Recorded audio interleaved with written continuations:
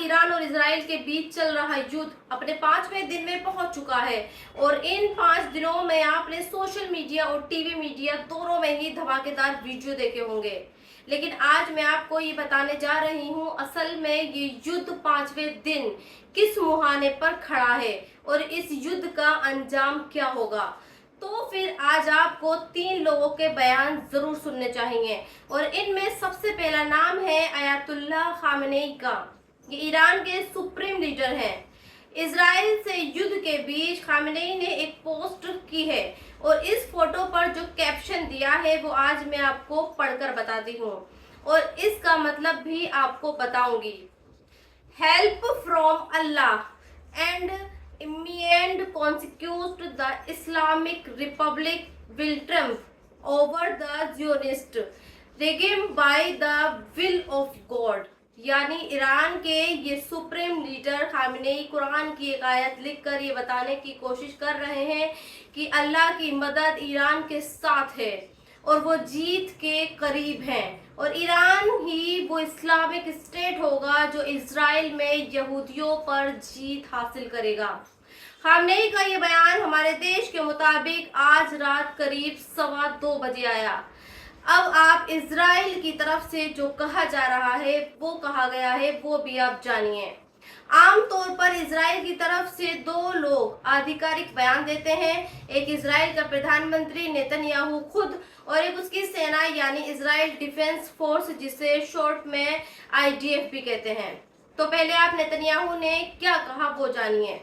जैसे ही खामेनेई ने बयान दिया कि यहूदियों वाले देश इजराइल का खात्मा ईरान ही करेगा, ठीक उसके 15 मिनट बाद इजराइल के प्रधानमंत्री नेतन्याहू का भी बयान आ गया और उसने ये कहा कि तेहरान के आसमान पर उसके पायलट और फाइटर जेट दोनों मंडरा रहे हैं और वो दिन दूर नहीं जब तेहरान पर उसका कब्जा होगा।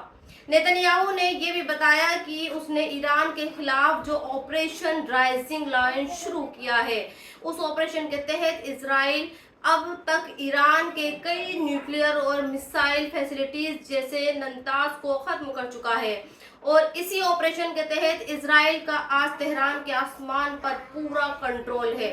इजराइल का प्रधानमंत्री ये भी बताता है कि इस ऑपरेशन राइजिंग लायन में उसकी मदद अमेरिका खूब कर रहा है। इसके अलावा इजराइल की डिफेंस फोर्स यानी IDF ने भी एक वीडियो जारी किया है और दुनिया को ये बताने की कोशिश की है कि अगर दुनिया ने उसका साथ नहीं दिया और वो इस जंग में हार गया तो फिर यूरोप के कई और देशों पर भी ईरान इस्लामिक परचा लहरा देगा। इसलिए दुनिया को इस इस्लामी परचम के लहराने से पहले इजराइल का साथ देना चाहिए। सोचिए कितनी बड़ी विडंबना है। एक तरफ इजराइल का प्रधानमंत्री ये कहता है कि तेहरान के आसमान पर उसका कब्जा हो चुका है और वो जब चाहे ईरान को दुनिया के नक्शे से मिटा सकता है और दूसरी तरफ उसकी डिफेंस फोर्स है जो दुनिया को ये आगाह करा रही है कि अगर दुनिया ने आज इजराइल का साथ नहीं दिया तो फिर ईरान दुनिया पर इस्लामिक परचम लहरा देगा और दुनिया में इस्लामिक रिजीम कायम कर देगा। खैर, अब आप इस युद्ध के तीसरे सबसे अहम किरदार राय भी जान लीजिए और इस युद्ध का तीसरा और अहम किरदार है अमेरिका यानी डोनाल्ड ट्रंप। जब ट्रंप G7 के लिए कनाडा में थे तो उन्होंने इस युद्ध को लेकर 2 बयान दिए। पहला बयान उनका ये था कि उन्होंने ईरान के लोगों से ये कहा कि वो तेहरान यानी ईरान की राजधानी को खाली कर दें क्योंकि इजराइल वहां पर कुछ बड़ा प्लान कर रहा है। और दूसरा बयान ट्रंप ने ये दिया कि वो ईरान में न्यूक्लियर बॉम्ब यानी परमाणु बम नहीं देखना चाहते। यानी इन पिछले 5 दिनों में ट्रंप और अमेरिका की तरफ से जो भी बयान आए हैं वो इजराइल के फेवर में ही आए हैं और अब ट्रंप खुलकर ये बात कर रहे हैं कि ईरान को परमाणु बम नहीं बनाने चाहिए और यही आज इजराइल भी चाहता है।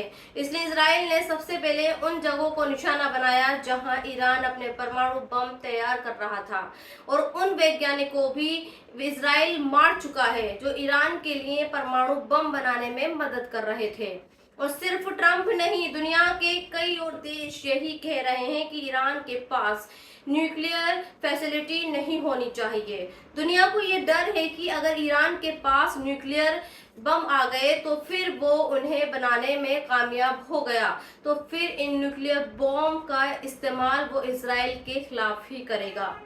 लेकिन यही दुनिया आज ये नहीं पूछ रही कि इजराइल ने अगर अपने न्यूक्लियर बॉम्ब का इस्तेमाल ईरान के खिलाफ कर दिया तो क्या होगा। खैर, इस बीच एक और खबर है जो आपको बतानी है। कल इजराइल ने ईरान के सबसे बड़े न्यूज ब्रॉडकास्ट के स्टूडियो पर बमबारी की। जिस वक्त ये बमबारी हो रही थी उस वक्त न्यूज चैनल से लाइव बुलेटिन जा रहा था और एक महिला एंकर न्यूज पढ़ रही थी, लेकिन जैसे ही बम के धमाके ने न्यूज स्टूडियो में बैठी एंकर को दहलाया, उस एंकर को लाइव बुलेटिन छोड़कर भागना पड़ा।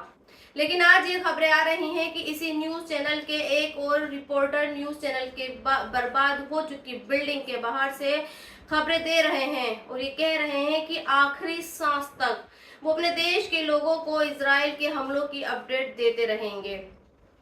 और इस बीच हमारे प्रधानमंत्री कनाडा पहुंच चुके हैं और वो G7 में हिस्सा लेंगे, लेकिन पहले कनाडा ने मना कर दिया था और इस बार वो मोदी को G7 में नहीं बुलाएंगे। लेकिन फिर बाद में क्या हुआ, उन्होंने मोदी को बुला लिया और अब हमारे देश की मीडिया फिर से मोदी को विश्व गुरु बना रहा है।